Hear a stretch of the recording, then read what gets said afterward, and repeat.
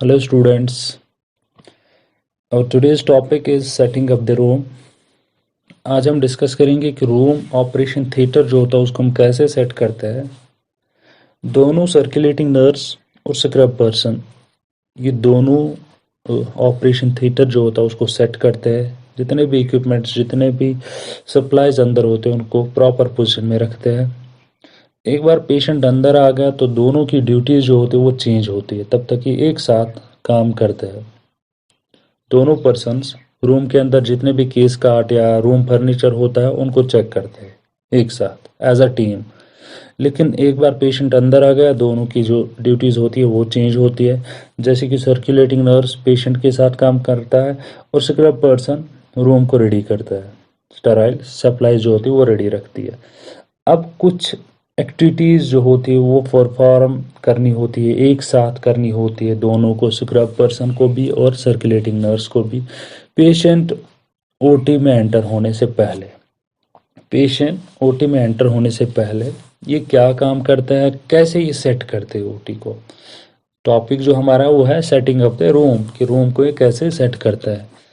हमने ये पहले ही डिस्कस किया था कि रोल अगर हम बात करेंगे कि स्क्रब पर्सन का रोल क्या होता है, थिएटर असिस्टेंट का रोल क्या होता है, वो पहले ही ऑलरेडी हमने डिस्कस किया था। लेकिन अभी जो है वो है सेटिंग अप द रूम, कि रूम को कैसे सेट करते हैं, तो उसमें कौन कौन से एक्टिविटीज़ फॉलो करनी होती है।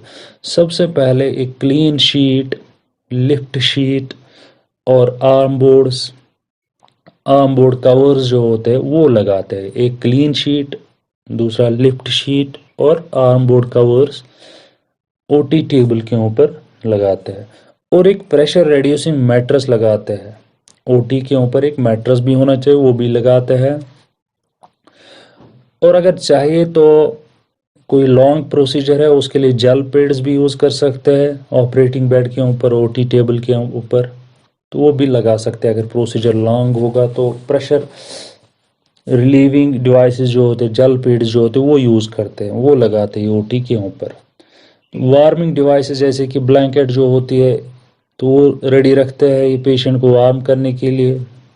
और कोई special equipment, operating bed attachment जैसे कि पिलोज, पेडिंग या पेशेंट को पोजीशन करने में, पेशेंट को प्रोटेक्ट करने में कोई भी इक्विपमेंट चाहिए वो ये रेडी करके रखते हैं, वो ये ओटी के अंदर पहले ही रखते हैं। और दूसरा जो है उसके बाद पहले ये ओटी टेबल को रेडी करेंगे पेशेंट पोजीशनिंग के लिए, तो दूसरा उसके बाद पेशेंट मॉनिटरिंग इक्विपमेंट जो होते हैं वो ही लाता है, वो रेडी करके रखते हैं। जितने भी पेशेंट मॉनिटरिंग इक्विपमेंट्स होते हैं जो कि पेशेंट के लिए ज़रूरत पड़ेंगे तो वो ये रेडी करके रखते हैं वहाँ पे। उसके बाद कोई स्पेशल इक्विपमेंट अगर चाहिए जैसे कि electrosurgical unit, smoke evacuator, sponge counting devices अगर अवेलेबल होगा, suction apparatus, pneumatic tourniquet, laser या ऑपरेटिंग माइक्रोस्कोप जो होता है ये उनको लाते हैं ओटी के अंदर रखते हैं, चेक और टेस्ट करने के बाद कि ये प्रॉपर फंक्शनिंग में है या नहीं है।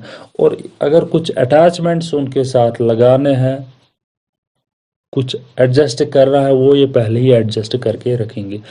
जो जितने भी स्पेशल इक्विपमेंट्स हमें चाहिए ओटी के अंदर, स्क्रब पर्सन और सर्कुलेटिंग नर्स जो होते हैं वो ये रेडी करके रखते हैं।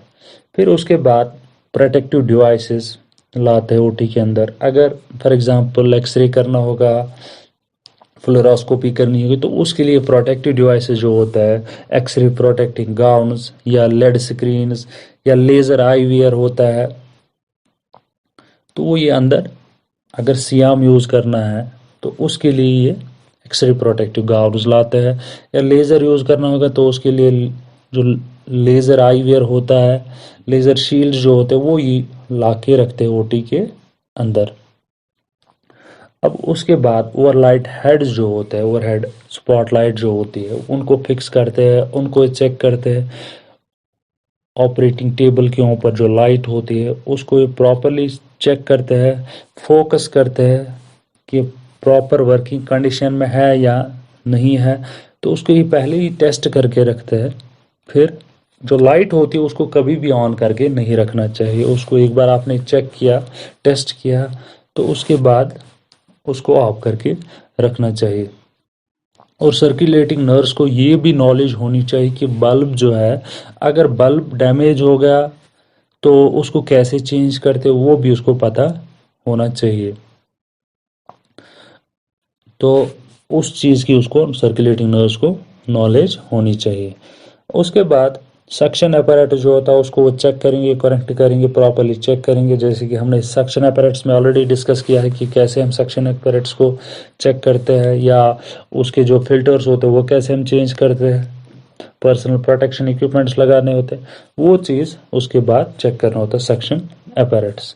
फिर उसके बाद जो हमारे जो बायो हैज़र्ड्स आइटम्स होते हैं उनके लिए जो रिसेप्टेबल्स होते हैं, वाटरप्रूफ लॉन्ड्री बैग्स जो होते हैं, प्लास्टिक बैग जो होते हैं वो रखते हैं वहाँ पे, ताकि हम शार्प्स अलग से डिस्पोज करेंगे या डिस्पोजेबल ड्रेप्स जो होते हैं वो अलग से हम कंटेनर में रखेंगे। बायोलॉजिकल कंटेमिनेटेड मटेरियल जो होता है उसको हम अलग से रखेंगे, सेग्रीगेट करेंगे। तो उसके लिए जो रिसेप्टेबल्स होते हैं, बैग जो होते हैं, वो ये रेडी करके रखते हैं। फिर उसके बाद फर्नीचर जो होता है, जो भी फर्नीचर हमें चाहिए वो रेडी करके, अगर ओटी के अंदर कुछ फर्नीचर चाहिए उसको ये ओटी के अंदर रखते हैं। और पेशेंट के पाथ में ही नहीं आना चाहिए, साइड में होना चाहिए जहाँ पे, और डोर्स के बीच में नहीं आना, डोर्स के सामने नहीं रहना चाहिए। तो क्लियर पाथ रहनी चाहिए ओटी के अंदर। जब भी आप पेशेंट को पोजीशन करोगे या जब ट्रांसपोर्ट कार्ट जब आप लाओगे तो उसके लिए स्पेस होनी चाहिए, एक पाथ होनी चाहिए। तो फर्नीचर भी पहले रेडी करके रखते हैं। अब अगर पेशेंट को प्रोन पोजीशन देनी होगी, सर्जिकल प्रोसीजर के लिए प्रोन पोजीशन देनी होगी, तो उसके लिए ट्रांसपोर्ट कार्ट जो है वो वहाँ पे रेडी रहना चाहिए।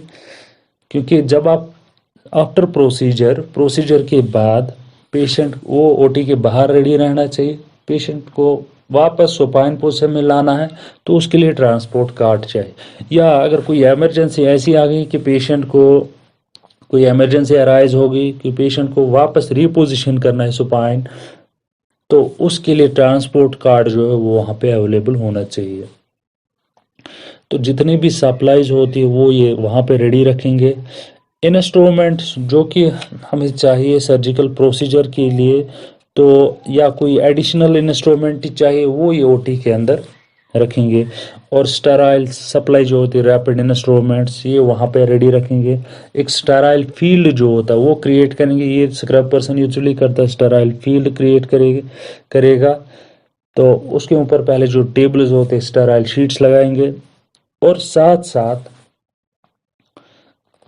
एक गाउन जो होता है अप्रोप्रिएट साइज गाउन, ग्लव्स, वो हर किसी मेंबर के लिए जो कि सर्जिकल टीम होता है, स्टेराइल टीम होता है, उनके लिए गाउन और ग्लव्स रेडी रखेंगे। एक प्रिपरेशन टेबल होता है उसके ऊपर ये स्टेराइल गाउन जो होता है वो ओपन करके रखेंगे, और एक्स्ट्रा ग्लव्स जो होता है अगर डबल ग्लविंग करनी होगी तो उसके ऊपर रखते हैं। और साथ साथ अगर सूचर्स हमें चाहिए according to surgeon preference and according to surgical procedure के हिसाब से, तो वो जितने भी सूचर मटेरियल्स चाहे वो ये पहले ही रेडी करके रखेंगे, पहले ही ला के रखेंगे कि कौन कौन से सूचर चाहे हमें ड्यूरिंग द प्रोसीजर, उनको ये रखेंगे। अगर इंस्ट्रूमेंट टेबल जो होता है उसके बाद इंस्ट्रूमेंट टेबल को सेट करते हैं।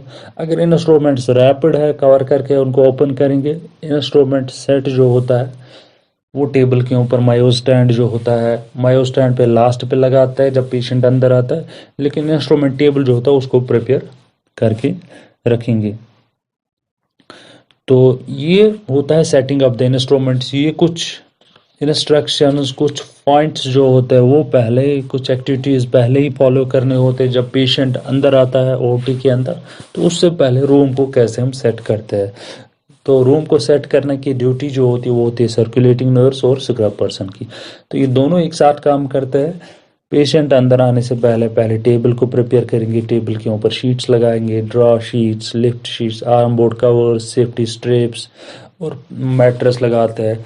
या वार्मिंग डिवाइसेस जितने भी होंगे तो वो वहाँ पे रेडी करके रखेंगे। और कुछ अटैचमेंट्स, ओटी अटैचमेंट्स चाहिए उनको वहाँ पे रखेंगे, पिलोज, पैडिंग या पोजीशनिंग के लिए कोई और इक्विपमेंट चाहिए वो वहाँ पे रेडी करके रखेंगे। दूसरा, उसके बाद पेशेंट मॉनिटरिंग इक्विपमेंट्स उनको रखेंगे।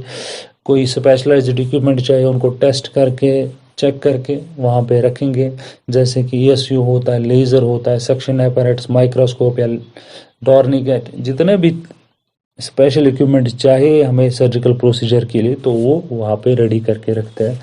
फिर प्रोटेक्टिव डिवाइसेस लाते हैं, जैसे कि गाउन्स, एक्सरे प्रोटेक्टिव गाउन्स होते हैं, लेड स्क्रीन या लेज़र आईवीआर होता है। और फिर लाइट्स, OT लाइट्स जो होते हैं उनको चेक करते हैं। सक्शन अपैरेटस वो प्रॉपरली कनेक्टेड रखते हैं, चेक करके रखते हैं। बैग्स जो होते हैं, प्लास्टिक बैग्स या लॉन्ड्री बैग्स जो होते हैं वाटर प्रूफ, वो वहाँ पे रखते हैं।